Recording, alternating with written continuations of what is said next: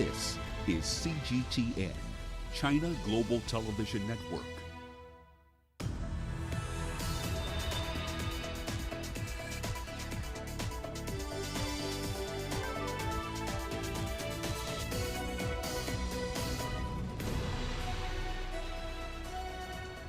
Hello there, welcome to this edition of Global Business Africa. As we start the hour at this particular point in time, we'd like to get into the market for the day. Some interesting developments on that particular front. So half-year earnings season, that's essentially smack in progress at the moment. We're looking at the numbers coming out of Kenya in just a moment. The NCBA CEO will be on the program in another 10 minutes, making the case for why he'd like to expand its digital lending products into Ethiopia. Now that Safaricom is in that country too. By a significant margin, Ghana's main index has gone up by the largest magnitude among the firms who track here, up 41% compared to the top percent rise in the JSE's indices or the 2.3% contraction in Nigeria. MTN Ghana shares have accounted for a large part of that rise. Here's what's coming up tonight. Egypt is getting a $2.8 billion boost from the IMF. Nigeria's state-run oil company NNPC plans a public listing, but is it worth buying into? And health authorities in Brussels are starting to offer COVID-19 jabs in supermarkets and shopping malls. Our starting point tonight, however, is in North Africa, specifically in Egypt. The government over there is set to receive a foreign currency boost equal to nearly $3 billion through the IMF's new allocation of special drawing rights, or SDRs, as you might have heard them being referred to. That came into effect on the 23rd of August. The latest allocation brings the total value of SDRs that Egypt has received so far from the Washington-based lender to around $4 billion. Here's CGTN's Yasser Kim from Cairo. The special drawing rights, or SDR, is based on each member's shares at the IMF. Egypt's shares at the global lender have allowed it to receive $2.8 billion to support the North African country's recovery efforts from the fallout caused by the coronavirus pandemic. I expect the government will spend part of the amount to continue its investment and manufacturing projects. We have a big deficit in the balance of payments of about $9.8 billion. So Egypt might pump an amount to reduce the deficit, as well as a portion will be deposited in the central bank's foreign currency reserves. This is the second financial assistance from the IMF to the North African country in a year, as Egypt had received a $5.2 billion standby arrangement in 2020. Some experts are concerned, though. According to the central bank, the foreign debt jumped to $134.8 billion by the end of the second quarter of 2021. Of course, it's worrying. The government has to slow down its borrowing and readjust its debt strategy. But these loans allowed the government to continue funding the major development projects to ensure that the production did not stop and to preserve employment opportunities and support the private sector amidst the pandemic crisis. This economic policy has been welcomed by the IMF chief, who recently cited it as a success model in weathering the economic downturns of the pandemic. The Bretton Woods institution hopes the new financial impetus will keep Egypt's economic growth rates on the upward trend. Yes, Hakim for CGTN, Cairo. Back into the business of earnings season, a lot more Kenyan banks are now reporting double-digit rises in net earnings for the first half of 2021, especially as the East African economy gradually starts to recover from the economic damage inflicted by the pandemic. NCBA is the latest among these. It reported a 77% rise in net earnings to around $42 million. Interest and non-interest income went up by just over 6 and 12% respectively to $186 million and $86 million respectively. Now, the bank is increasingly reliant, though, on interest income coming in from its portfolio of government securities. 42.6% of that interest income came from that particular asset class, as private sector demand for credit does remain weak. The bank's portfolio of loans from the private sector, in fact, did fall by 4.6%, at least on a net basis, even as the portfolio of government debt rose by just under 12%. Now, gross non-performing loans went up by nearly 20% over the period to close at about $380 million. At those levels, it's roughly 19% of net loans and advances. It's in contrast, however, to the broad sector trend over the first 6 months of 2021. Non-performing loans in general declined by 1.7%. A few hours ago, I spoke to John Gashora. He's the managing director of NCBA. We explored his thoughts on expanding digital lending services into Ethiopia in partnership with Safaricom.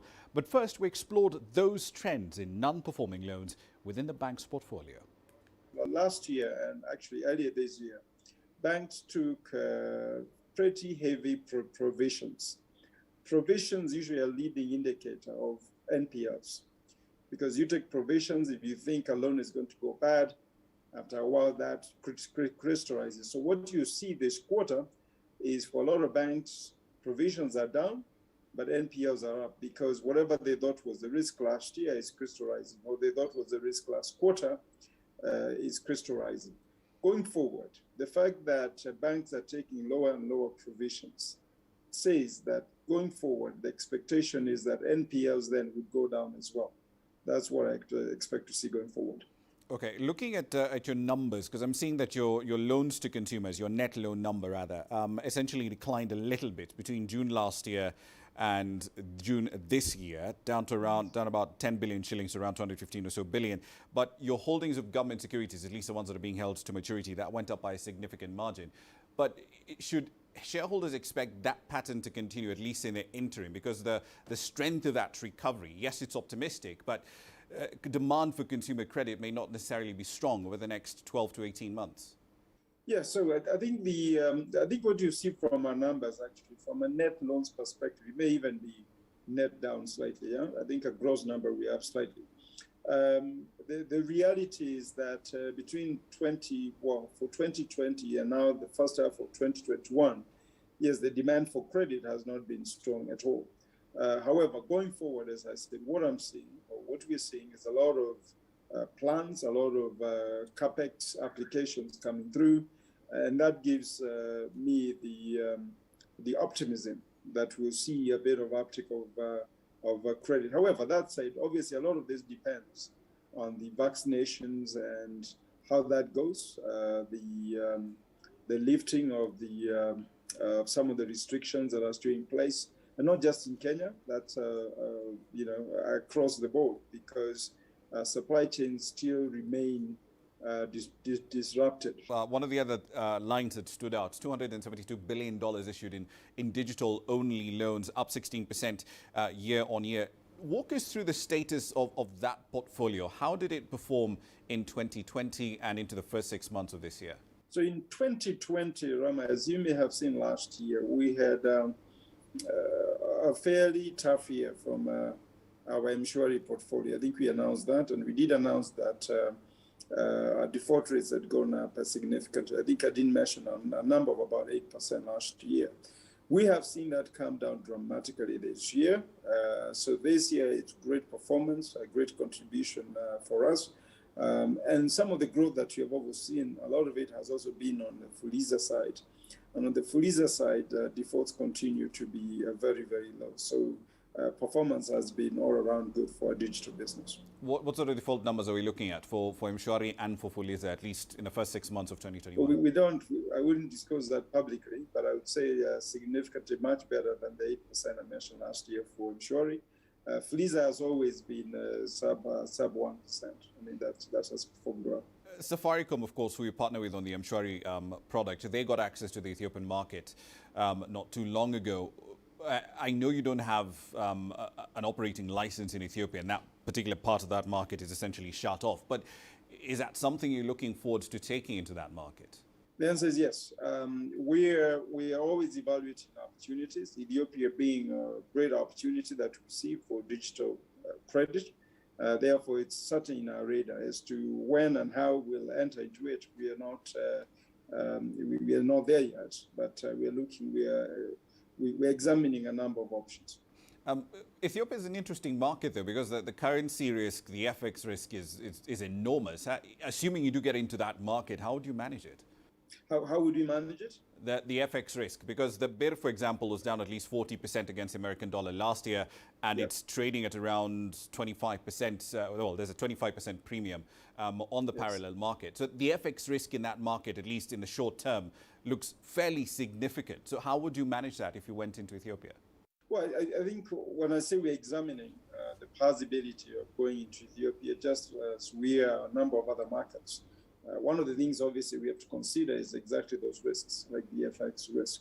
So we're obviously doing quite a bit of work to see how we manage that. Again, I'm not at liberty to say that we have concluded on strategies how to tackle that particular problem.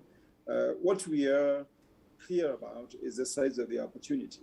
That it's huge size of opportunity. And as you observe, some of our partners are already on the ground, and that creates a great opportunity for NCBA. A great opportunity for NCBA. Right then, speaking of opportunities, Kenya's Treasury is reported to have picked NCBA, Stanbic and Cooperative Bank as the custodians of more than $280 million collected from some 350,000 civil servants as pension contributions. CPF Financial Services Limited is going to be the holding company. It will be the fund administrator for this savings plan, which is known formally as the Public Service Superannuation Scheme.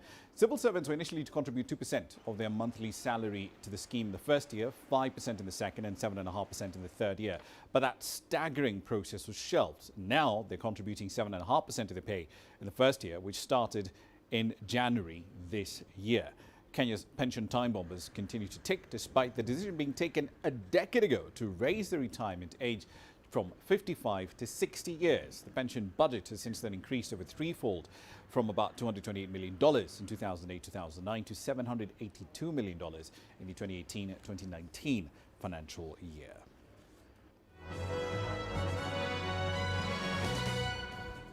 All right, then a quick run through some company headlines. Let's start in aviation. Kenya Airways is eyeing a fresh bailout from the government to steady its operations despite narrowing its half-year loss by a fifth. The national carrier says recovery of revenues to pre-coronavirus levels looks set to delay up to 2024. KQ accumulated losses over the years to hit $1.2 billion following a $105 million net loss in the 6 months ending in June. That particular loss was 19.8% lower when compared to the $130 million that it lost in the preceding comparable period. Telecom Kenya is investing in a submarine fiber optic cable to complement the already existing undersea cables it's connected to. That will be the sixth cable forming the network that Telkom has a stake in, connecting Kenya to the rest of the world. This particular one is expected to link the East African nation to Asia and Europe. The cable's key landing points are in France, Pakistan, and there are plans to extend it to South Africa in the second phase as well. Discom founders are selling a 10% stake in the company to BEE Groups. That's Black Empowerment Groups, which include Royal Bafokeng as well as the Black Panther Consortium. Just last week, they sold a 7% stake in the company for about $134 million to investors in the market. They're also selling 3.75% of the firm to senior executives, including Discom's incoming CEO, Rui Moret. And finally, Marks & Spencer's cutting back on one of its key staples as the pandemic fuels the trend for casual wear. The retailer now says it will sell men's suits in just 110 of its 254 largest stores. In the year to April, sales of formal wear at Marks & Spencer collapsed by 15% online and an extraordinary 72% in shops compared with a year earlier. Over the same period, though, the sales of casual wear, they shot up by 61% online. That's a run through your company headlines.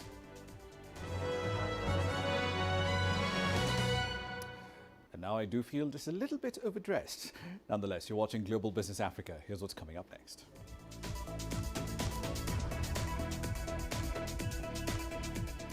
Nigeria's state-run oil company NNPC reports a profit for the first time and plans a public listing. And Tanzania's mines minister is talking about robust growth in gemstone production. We'll have the details when we return. The world economy as we know it is about to change. Global business reports highlight emerging markets, developing countries, and dynamic sectors worldwide. We feature top analysts and newsmakers to provide perspectives on every facet of business. From an on-the-ground perspective, we provide you with balanced and objective assessments. Fast, sharp, and insightful. Global Business, only on CGTN. every story starts out like this. Okay. We'll head up now. But beyond the rush of the numbers, there's always a more fundamental question. What happened? Who has been affected? When market-moving decisions are made, who's responsible and why? Let's get some reaction on ground. Joining us in Johannesburg is Sutra Naidoo. Hello, Naro. This is how all stories begin. See how they end. Only on Global Business.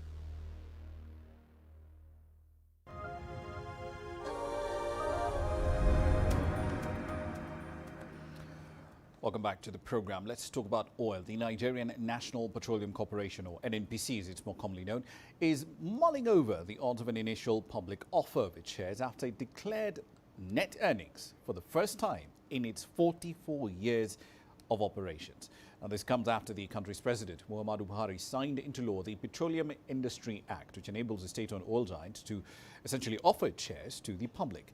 Listing of its shares would essentially drawn the experience of the Saudi Arabian oil giant Saudi Aramco, which listed its shares in 2019 in a pretty big IPO. But the news of the proposed sales of NNPC shares to the public and its subsequent listing on the Nigerian exchange is expected to help improve transparency and accountability of the oil firm, which has been bedeviled by enormous large-scale corruption and opacity for decades. All right, then, so that's the general plan. The idea is that you might be able to essentially list NNPC at the Nigerian stock market. But does it actually make sense?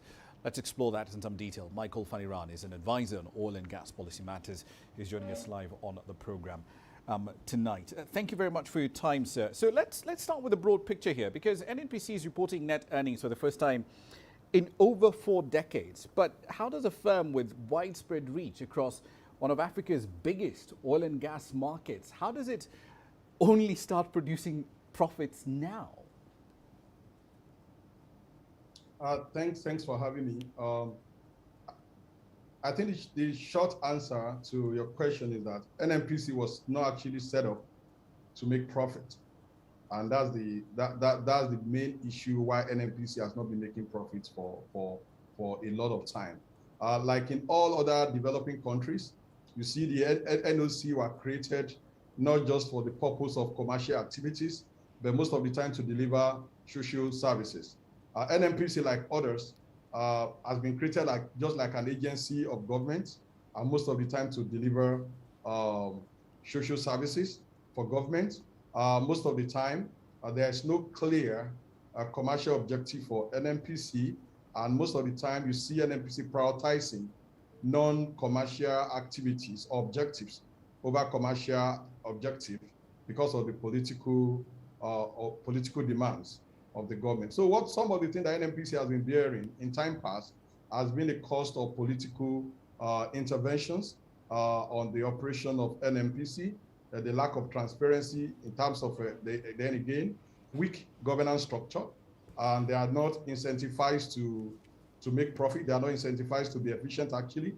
So there are a lot of inefficiencies. I've done a study, actually, where I compare NNPC with about 5 other peer NOCs, and it was glaring. And most of the time, people tend to blame the people who manage NNPC. But again, their problem is no more around operation. It's actually more structural. All right, we'll get to those in just a moment. But I guess let's step back for a moment here. Given all the political objectives or the social objectives that you've pointed out in setting up NNPC initially, what's the upside now for the federal government to say, okay, let's take this company public. Let's give up some of that 75% in dividends that would essentially get from this company under the PIA? So I think the best thing that happened to the industry in a very long while is the passage of the Petroleum Industry Bill and the assent to it by the president, which has now become the Petroleum Industry Act. So selling the shares is one of the plans in the new act. It's not going to happen overnight for you to even list, for you to go public. It has to be the NNPC Limited. the Act specified that a new organization will be created, which is NNPC Limited. So you can't actually privatize or take this current corporation to the market. So we're going to have NNPC Limited. And one of the objectives of it is actually to subject the NNPC Limited to market regulations, to make them transparent, to create a sense of belonging for all Nigerians or for investors. So for me, the answer, or what government has really done, is actually the passage of this petroleum industry bill, which has now become an act. This will allow NNPC to be forced them to actually open their books. They have not been transparent. I think it's only when this current GMD came into power that we began to see auditor reports. I think it has produced about 3 or 4 now. We are waiting for the new one on the new earnings. That's why I've not really commented on the new earnings until we see the auditor report. We can really not comment or mostly on that. But you can see we have a new GMD now who has at least been opened. But again, another GMD could have come and say it's not going to be open. There is no incentive for them to be open, to be transparent. And is there no legal way of compelling a GMD, assuming, let's assume for argument's sake that the PI is not in place, was there no way of compelling the general managing director, the group managing director of NNPC, to make these numbers public? Because at the end of the day, it is a public asset that Nigerians own, and when NNPC makes losses, Nigerian taxpayers are on the hook for that. I don't think, I'm not a lawyer, but I don't think that you can really compel them because of the law that set them up. And that is what the Petroleum Industry Act has tried to correct. Now, NNPC is going to be registered as a company or corporation under CAMA. It's going to be subjected to the law of CAMA. They are obliged, so they are under obligation to make the record public. They are subjected to the market forces. They are forced to open their books. So when government wants to sell shares or government want to privatize or want to list the NNPC Limited, I think that's what it's trying to achieve. There's going to be transparency.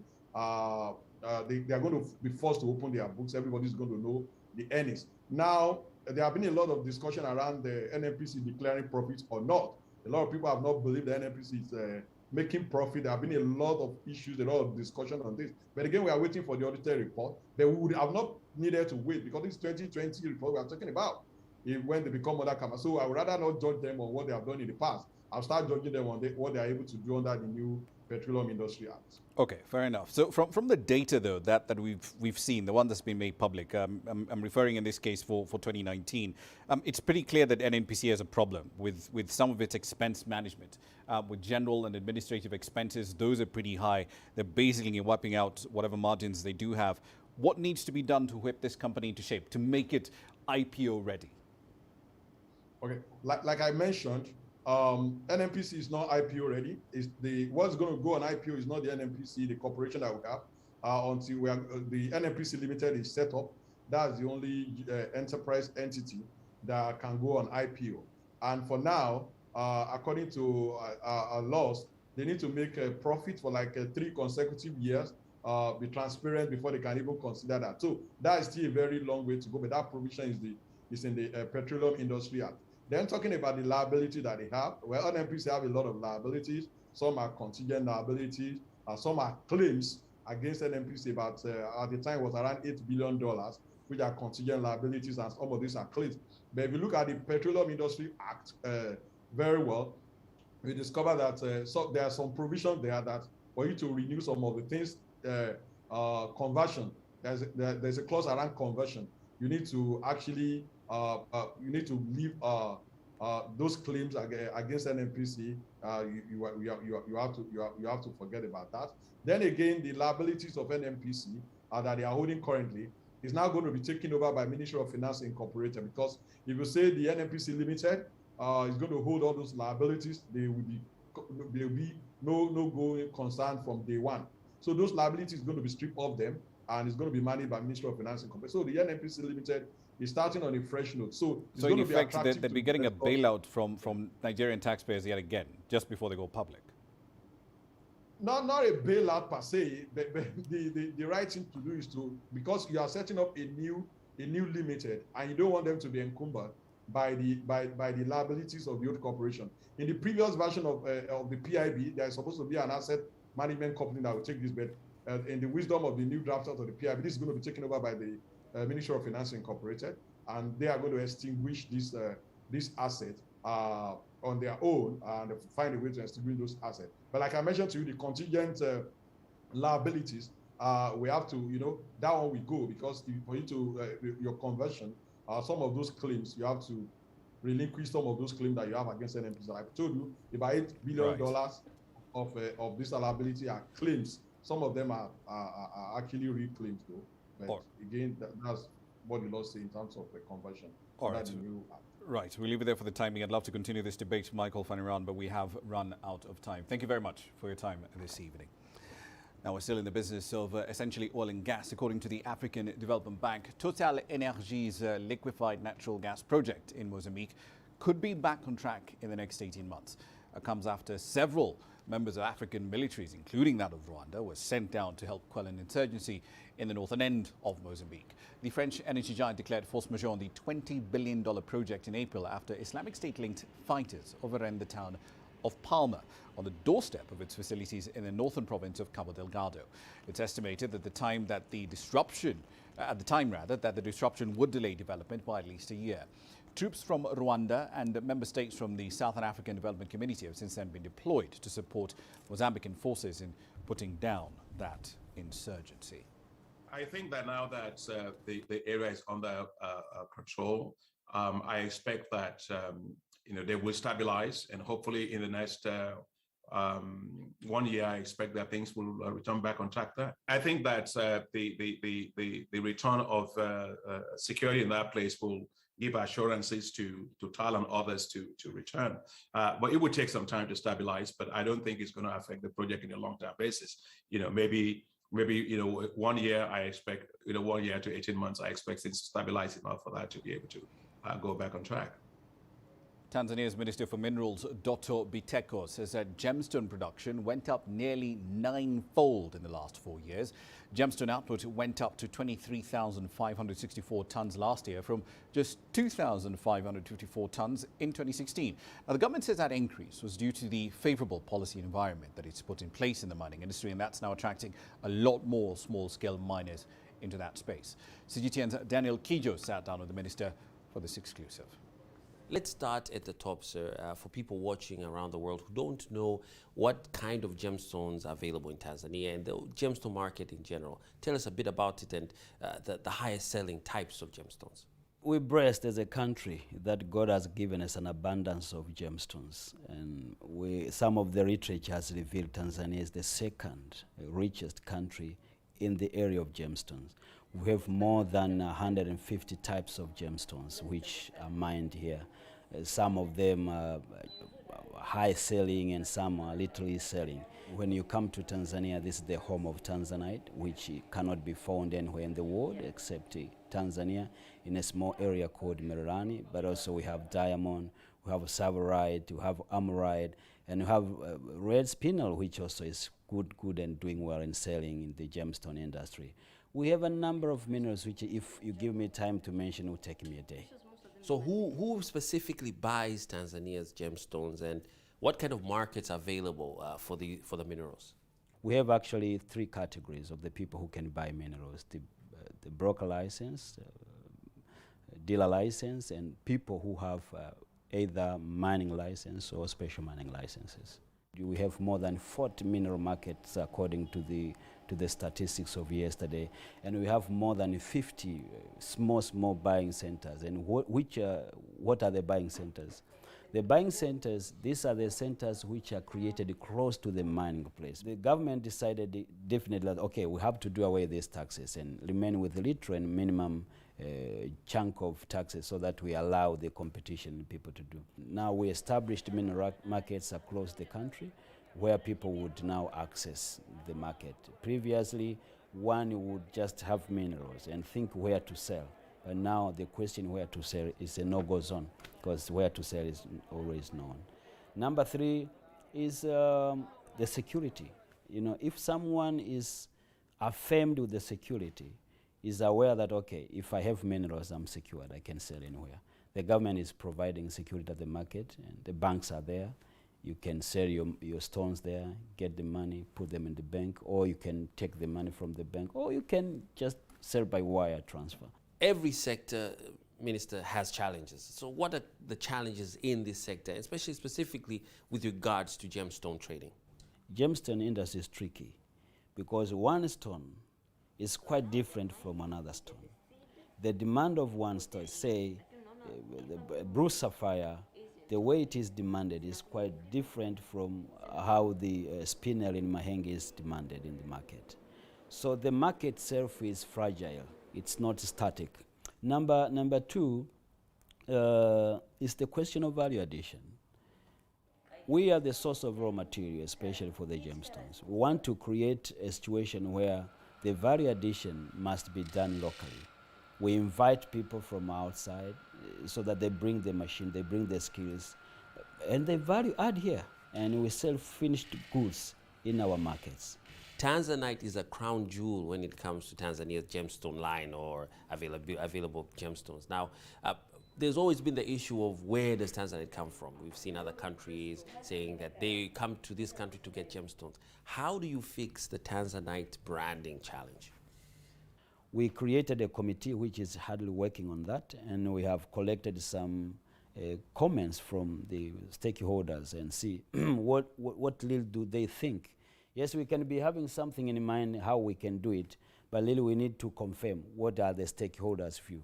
So I'm happy to say that the committee has done with the report, we have it, and now we are in the final stage of finalizing and just engaging other governmental machineries to agree on how we're going to brand it.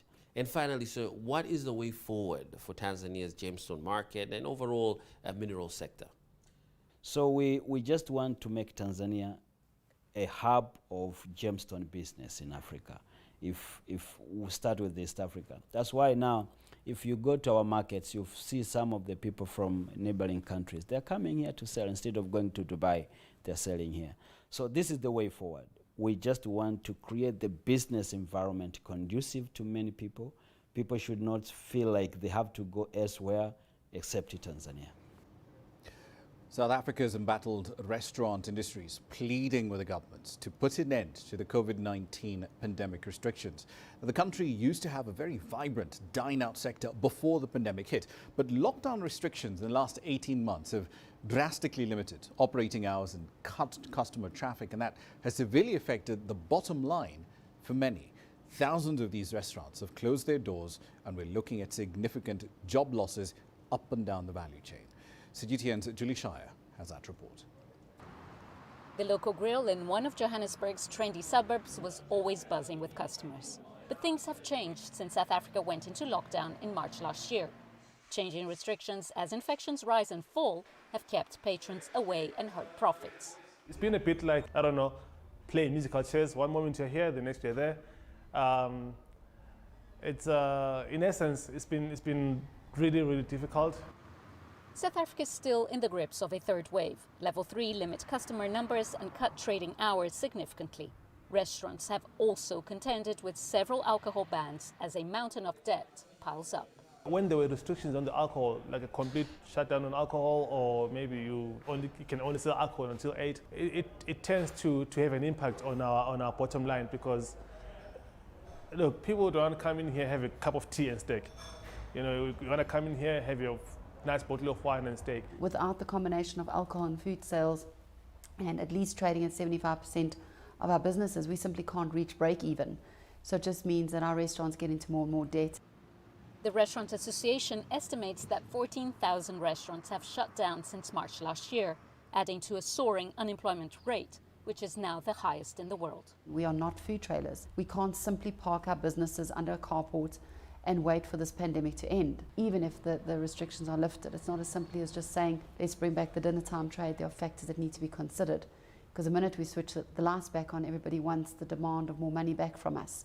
There's now hope an end is in sight, as anyone older than 18 can get their COVID-19 jab. You know, what the vaccination does is that it makes people feel more comfortable to be in social spaces. As an industry, if we are able to inform our staff, have them vaccinated, it will give the public more confidence to come into our spaces, because they'll know that the people who are cooking their food, who are serving them are also vaccinated. The number of restaurants able to keep their doors open is falling fast. If trading conditions remain restricted, For an indefinite time, this industry may struggle to find its feet again. Julie Shara, CGTN, Cape Town, South Africa. You're watching Global Business Africa. Time for a short break. Here's what's coming up.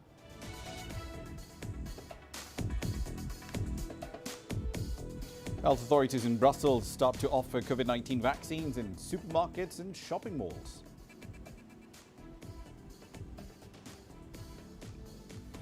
And we'll take a look at the latest 5-year plan from China to boost employment.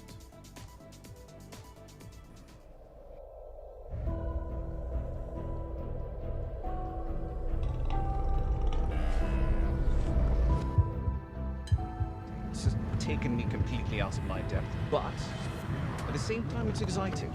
It's new, it's different, it's a challenge. It's really exciting.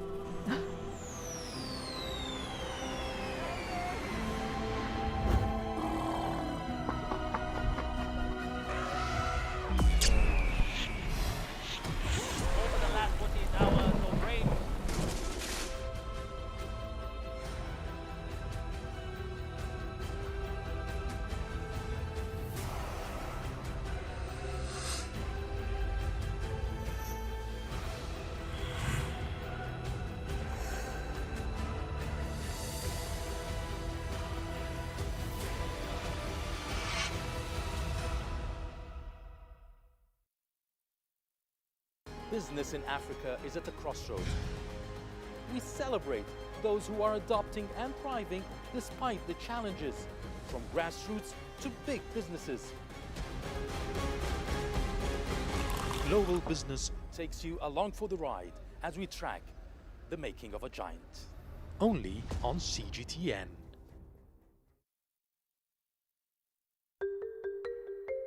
How will your world change today? What happens here? What happens there? Or what you make happen for yourself? If it matters to you, it matters to us too. Your stories are the stories that need to be told. Africa Live. Find your voice.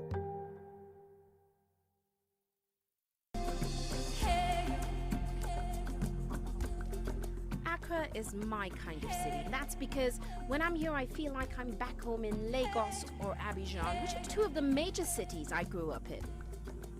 Business in Africa is high risk. After about a decade covering business news on the continent, I've learned it's all about the high risk, but also the high returns and the high energy. You simply have to adjust in order to keep pace. When I started out as a journalist, my dream was to open people's minds to the different perspectives. From the CEO in the boardroom to the trader out in the street, we all have different stories. From Accra to Addis Ababa, from Cairo to Cape Town, and I wouldn't have it any other way. Here at CGTN, we realize that Africa is on the move, and it's moving fast, but we're moving right along with it. I'm Ucheo Koronkwo, and I'm a business anchor and reporter at CGTN.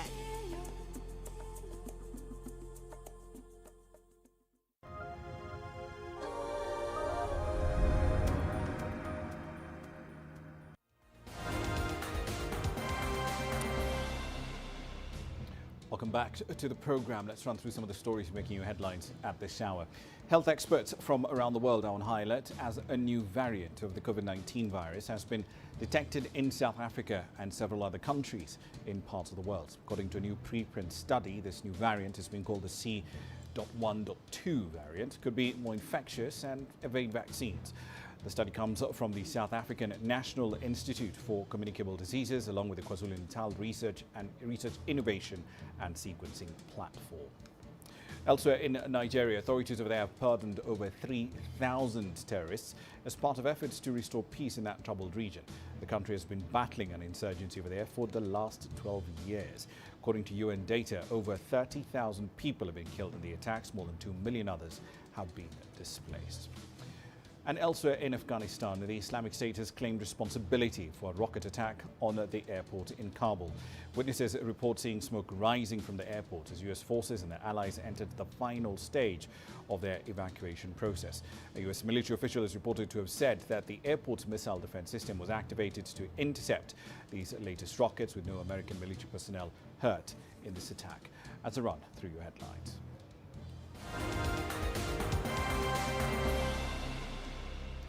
Health authorities in the Belgian capital have started to offer COVID-19 vaccines in supermarkets and shopping malls.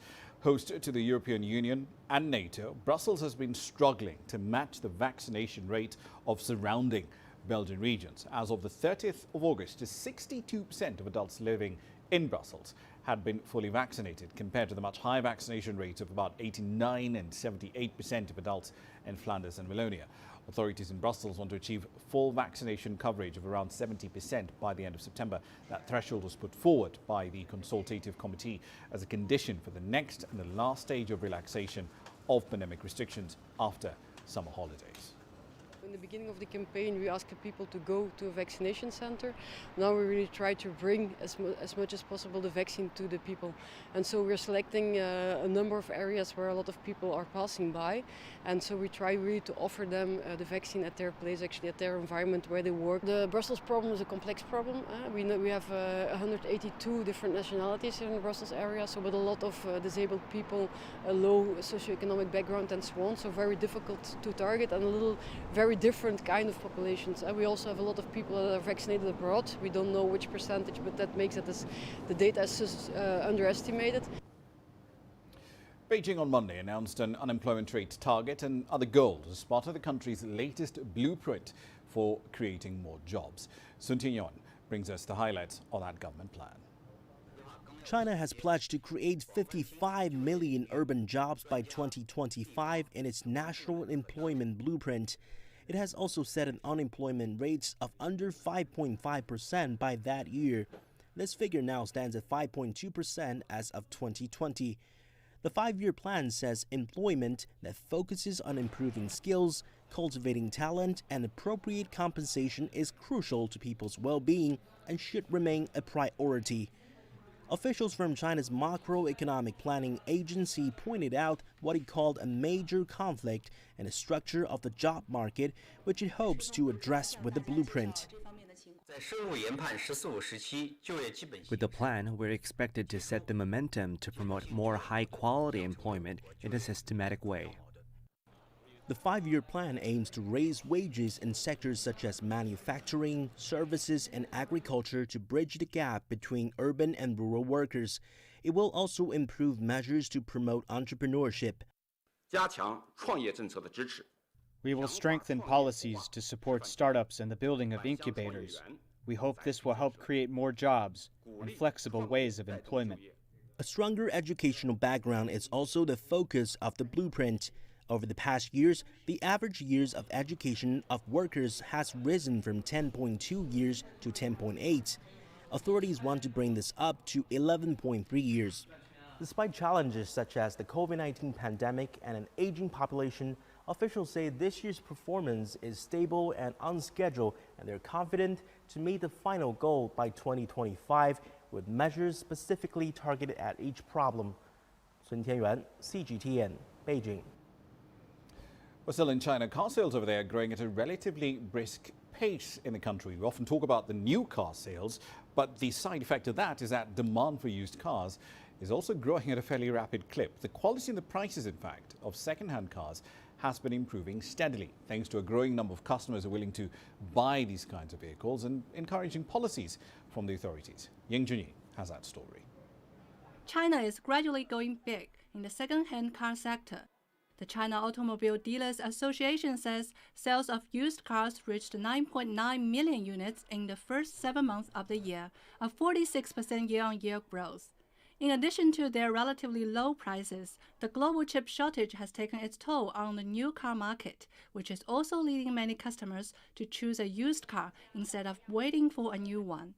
Retailers say the prospect of new registration rules should help sales to grow even faster. Second-hand cars buyers in Shanghai are mainly from other cities, and over 60% of those used cars here are registered outside of Shanghai. The government is now considering removing restrictions on cross-province registration for used cars. That will make it easier for customers to buy used cars, which will boost sales. In addition to simplifying cross-province car registration, the Ministry of Commerce also reduced the value-added tax on used cars from 2% to just 0.5% last May. The ministry says it is now working on further improving information sharing and standardization, which should also help second-hand dealers. Many big used cars trading platforms like us have already benefited from those government support efforts in the past few years, and we expect more to come. Car ownership in China has now reached 280 million units, and there are around 20 million new cars coming on the market every year. So the second-hand car market will grow increasingly fast in the future. And supportive policies will help the market to mature. But maturity isn't here quite yet. Industry standards and pricing levels are far from unified or stable. 国内二手车它是没有商品属性的。 什么叫没有商品属性呢？没有商品属性。 Buying used cars is not like buying other products where you can see the price just by scanning a QR code. Around 70% of used cars dealers now are self-employed, and the market is really fragmented. There aren't clear pricing standards, and people tend to look down on them. Some progress is being made, however. Liu says there are now more retailers working with third-party institutions on pricing and quality inspections. The Auto Dealers Association says that so far this year, 65 used cars are being sold in China for every 100 new ones. The number last year was only 55. Indra ICS for CGTN, Shanghai. On to this year's edition of the Digital Services Expert. There's going to be a special section debuting this year, solely dedicated to digital services firms. Now, that new digital service section will host some 40 leading companies in that industry. CGTN's Xie Hongzhou has the details. This little guy here was designed to patrol construction sites. With the help of live cameras, AI and big data, this robot dog can detect anything that goes wrong on a site. This is just one example of what the people at Glodden, a company exhibiting in the digital service section, call digital construction. They provide digital solutions for construction projects, covering cost estimating, smart site management, and smart building. They say their services have helped clients to increase efficiency by at least 50%. We used to have someone on the site to manually document how our personnel and equipment manage tasks. This requires time and energy, but now with the smart site system, which utilize big data, the Internet of Things and AI analysis, everything is visible on a screen. The location of workers, condition of equipment, and even potential accident risks. The company is joining the fair for the second time. They say last year was a good first step, which allowed them to introduce the concept of digital construction to the market. We have been exchanging a few rounds of conversation, in particular with one client, and we continue to engage with others. So I would say that all around the experience has been very positive. In fact, we are investing more and more this year, and we hope that this platform can give us the opportunity to meet more and more partners, future clients, prospects, and give us also maybe new ideas for our development. The new digital service section will host around 40 leading companies in the industry, showcasing their latest contributions to digital construction, digital transport, and digital media. The digitalization of services is becoming a new growth engine for the services trade. In 2020, China's trade volume in digital services saw a yearly increase of 8.4%, accounting for over 40% of the total trade in services. The coronavirus pandemic continues to disrupt trade in services like tourism and transport, but the crisis has speeded up the growth of digital services. The fair's theme of a digital future and service-driven development echoes that trend and shows China's ambition to boost industry. Xie Hongzhou, CGTN, Beijing. All right, then a quick run through commodities. Let's start on the soft side of things. Coffee futures are having a very interesting run in today's session, up 3.75% to an intraday high just over $200. That takes the year-to-date rise there to nearly 50%. Inclement weather, the world's biggest supplier of this particular coffee bean, Brazil, explains that trend. Dry weather, above average temperatures, those are all combining to dent yields. Platinum prices do continue their decline. They're down nearly 6% on a year-to-date basis at today's price levels, $1,008 an ounce. Here's what's coming up next.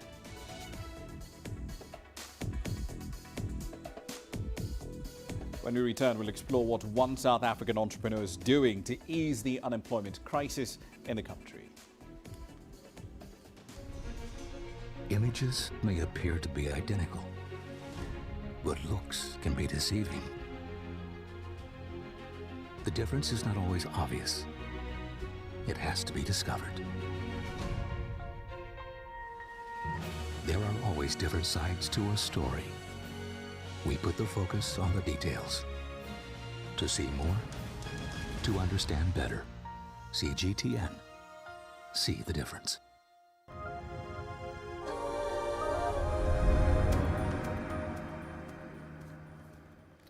Welcome back to the program. Now, unemployment in South Africa, one of the largest economies on the continent and the most industrialized one, has hit record levels. Young people and women are the hardest hit. According to Statistics South Africa, roughly 7.8 million South Africans are out of a job in the second quarter of this year. That's the highest level on record since it started doing the quarterly labour force surveys in 2008. Now, despite the steepening crisis, one entrepreneur is using his bike shop not just to offset carbon emissions, but also to keep kids from Cape Town's Westlake informal settlement off the streets. With his story, here's CGTN's Julie Shire on Grassroots. My name is Nyang Meshak Nchupetsang. I'm originally from the Northwest Province in Mahikeng, and I'm running a bicycle shop in Westlake called On Bike Works, which is a registered company, and our primary focus is to promote the usage of a bicycle in all its forms so that we can enable our communities to contribute directly towards sustainable development. I came to Cape Town from Mahikeng in the Northwest Province to study marketing, and my second year into my marketing degree, my mother told me that they have run out of money. So I ended up being kicked out of school. I ended up being kicked out of a place I was staying at. I was on the streets for like 9 months, which was tough. And so I decided to start this business. I needed to be in charge of my financial future and my financial freedom. And then I discovered that there's very few black people who own bicycle shops. So I decided, well, I would love to own a bike shop. For me, it's a case of being a role model. It's a case of showing people that adversity breeds opportunity. And what is important is for you to make this world a better place than what it was yesterday. To make people feel better than they were yesterday. I have a bike cycling club. Our name is called Trail Rituals because we go into the trails and we do our spiritual rituals there. And we ride every day, Monday to Friday. We keep them busy and the youngsters are enjoying it. Then there's more youngsters coming, so I'm on the lookout for more bicycles. There's a lot of talent out here in South Africa, especially in our communities. All they need is nourishment. They need to be guided. They need to be given a platform. They need to be mentored. You find that most of these kids, they end up doing crime, doing drugs, alcohol abuse. Teenage pregnancy is a big problem in the country. I would like to address that. I'm talking to them about gender-based violence. It gives me a great pleasure to be able to mentor them, to teach them about life, to use cycling as a motivational tool. If you don't pedal, you don't move forward. One last story for you. So despite the impact of the COVID-19 pandemic, you still have thousands of visitors still flocking to various parts of the continent to visit the spectacular national parks we have around here. Many of the parks have the famous Big Five: lions, elephants, leopards, buffaloes and rhinos. Leonson Nyange visited the Queen Elizabeth National Park in western Uganda, which is famous for its tree-climbing lions. Yes, you had that right. Lions climbing trees. He sent this report. This is Queen Elizabeth National Park, covering 1,978 square kilometers. It is Uganda's second largest national park. It's rich in wildlife, forests and savanna vegetation. You can also find the Big Five, the animals that draw tourists from all over the world. It is the lions that are the biggest attraction. It's taken us a few minutes to find the first pride of lions. They are so relaxed. The warden tells me they had a big kill a few days ago. Mike is the territorial male here. Visitors watch him in awe. First time that I've seen any wildlife like this, so it's very important because this is the first time that I see anything like this. The park had closed its doors to tourists for many months in 2020 due to the COVID-19 pandemic, and that affected operations. But the easing of travel restrictions now has seen the number of visitors gradually improve. The tree climbing lions are the ultimate thrill for the visitors. From the branches, they have a clear view of their prey. But it is not only the lions that love the trees, the leopards do too. Spotting one is a rarity. We were, however, lucky to catch this one. Tourism is one good thing. Everything, every day is a new encounter. Every day is a new day. Every day is a surprise. The park offered another surprise. This couple from Argentina touring on a motorbike. Javier Ramon says he has traveled like this for over 15 years. You have to be very careful with the animals, even the small one, but the most dangerous is the elephant because that's 6 tons, can do whatever they want even with the car. Think about the bike. Apart from the unique animal attractions, a ride on the freshwater body within the park is equally a worthwhile adventure. It takes 2 hours to cross through this long natural channel. The Kazinga Channel is one special place in this park. The channel joins 2 lakes, Lake George to the east and Lake Edward to the west. But on the shores are a variety of animals, the buffaloes, the crocodiles, the hippopotamus, and 612 bird species. The channel is also known as a birding paradise that makes it a must-visit destination for birders. Birds can be seen here throughout the year, but the collections get bigger when the migratory birds fly over during Europe's winter season. The season when the migrants have reached here, people are interested in what we call the Hughlin gulls. People are interested in the species like white-winged black terns. People are interested in the species like the crested cranes, which are the national birds. At the same time, people are interested in species like the saddle-billed stork.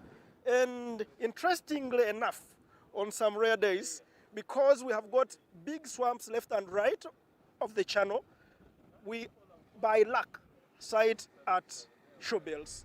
For the tourists, the Queen Elizabeth National Park offers a real feel of the wilderness and truly remains a medley of wonders.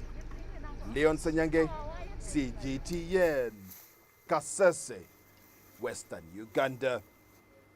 All right, a quick update on the currencies. Let's start with the Naira. On the official market, the one run by the CBN, it's at 4.12 to the dollar. Well, 4.1174 to the dollar. Just rounding it up if you want to be a bit pedantic about it. But it's trading at a 27% premium on the parallel market, 5.27. That's the lowest it's ever gone, according to data collated by Aboki FX. The weakest of the currency has gone thus far. The CBN still not keen on floating that currency. That's it for this edition of Global Business Africa. As always, I'd like to hear your thoughts on the content you've seen on the program. There are many ways to get your thoughts back to us, all of them on your screens right now. I'm Ramah Nyang in the Kenyan capital, Nairobi. Thank you for your company in the last hour. The World Today is up next from Washington, D.C.